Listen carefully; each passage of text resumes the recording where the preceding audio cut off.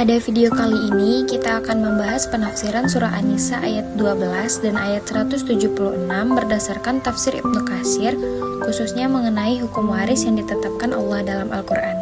Pada surat An-Nisa, Allah menjelaskan pembagian warisan antara suami, istri, anak, dan kerabat.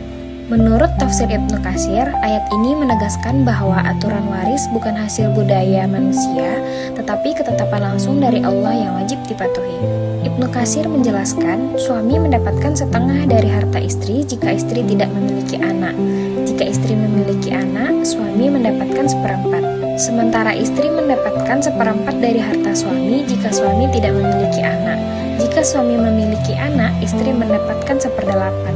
Ibnu Katsir menambahkan bahwa ketentuan ini berlaku untuk satu istri maupun lebih, sehingga bagian seperdelapan akan dibagi rata di antara para istri jika suami berpoligami. Selanjutnya, dalam ayat yang sama, Allah juga menjelaskan bahwa jika seseorang meninggal tanpa meninggalkan anak maupun orang tua, maka saudara seibu berhak mendapat bagian satu, saudara seibu mendapat seperenam.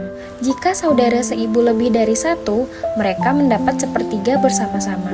Menurut Ibnu Katsir, ketentuan ini menunjukkan keadilan Allah yang mengatur hak setiap kerabat sesuai hubungan kedekatannya. Kemudian, ayat 176 turun sebagai jawaban atas pertanyaan para sahabat tentang kasus waris seseorang yang meninggal tanpa anak, tanpa orang tua, dan hanya meninggalkan saudara laki-laki atau perempuan satu ibu bapak atau disebut dengan kalalah. Ibnu Katsir menjelaskan, yang pertama, jika pewaris meninggal dan hanya memiliki satu saudara perempuan itu mendapat setengah dari harta.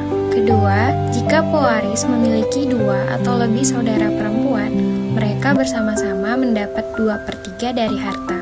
Ketiga, jika saudara yang ditinggalkan seorang laki-laki dan seorang perempuan, maka bagiannya adalah laki-laki 2 kali bagian perempuan, sebagaimana kaidah umum waris. Menurut Ibnu Katsir, ayat ini menjadi penegasan paling lengkap tentang masalah kalalah setelah sebelumnya diturunkan sebagian aturan dalam ayat 12.